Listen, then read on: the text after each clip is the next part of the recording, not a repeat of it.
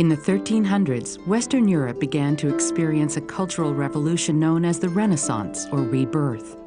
The Renaissance began in Italy with the rediscovery of the writings and art of ancient Greece and Rome. This led to an explosion of new art, science, architecture, literature, and ideas. During the Middle Ages, it was the Church that had preserved and advanced learning. The study of religion and the afterlife had dominated the work of medieval scholars. But in the Renaissance, scholars turned their attention to the human experience and individual achievement in the here and now. Italy was at the heart of the Renaissance. In Florence and other Italian cities, the study of the humanities, history, literature, the fine arts, and philosophy flourished. Renaissance thinkers had a wide-ranging curiosity. In fact, the Renaissance ideal was the person with talent in many fields. Examples of great Renaissance thinkers include Galileo, the astronomer, mathematician, and physicist who proved Copernicus' theory that the Earth revolves around the sun. Leonardo da Vinci, one of history's greatest creative minds. He drew plans for many modern machines centuries before they were invented. Michelangelo was a sculptor, painter, architect, and poet. He created some of the world's greatest works of art, like this statue of the biblical figure, David. Another Renaissance Italian, Niccolò Machiavelli, wrote a treatise on effective leadership that would make him famous to some, infamous to others.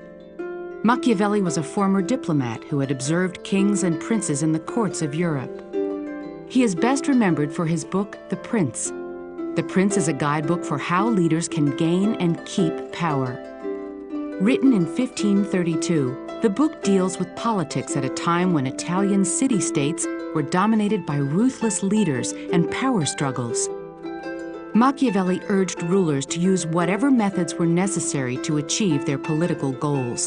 The Prince wasn't based on high ideals, but on the reality Machiavelli saw around him. The 26 chapters of The Prince cover everything from how to appear to be compassionate to advice on selecting a political staff. According to Machiavelli, the three main qualities a prince should possess are the abilities to act boldly, to protect his power, and to appear unwavering while being flexible. At certain particular moments, which he calls the founding or refounding of a regime, you will need a leader with exceptional intelligence, with the intelligence of a Lincoln, with the intelligence of a Washington, with the intelligence of a Bonaparte. Machiavelli stressed two sets of attributes for the prince. One was very colorful. He used the image of the fox and the lion. A prince must have the ability of the fox to find the snare and the courage of the lion to drive off the wolves. In order to maintain his state, a prince is often forced to act in defiance of good faith, of charity, of kindness, of religion. He should not deviate from what is good, if that is possible, but he should know how to do evil if that is necessary. Machiavelli advised rulers to retain their power by any means necessary, which meant being ruthless, calculating, and unhampered by morality. Many see these lessons as a guide to becoming a tyrant, and many rulers used them this way.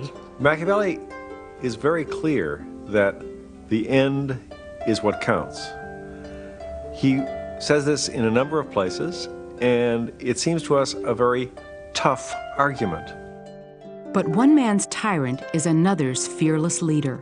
Political thinkers, from dictators to presidents, have read The Prince and taken their own lessons from it. There are certain books which are sufficiently complicated that they have a message for different people in different times because somehow they've touched at an aspect of fundamental human experience. Machiavelli's Prince is a book like that. It deals with an aspect of human life in a very profound way. The central aspect being the role of leaders and why leaders are necessary in any complicated human community. The Renaissance inspired Machiavelli to explore the political world he knew and how an individual leader should act in it. Whether it's a how-to book for tyrants or a realistic portrayal of politics, The Prince continues to raise important ethical issues about government and the proper uses of power in the world today.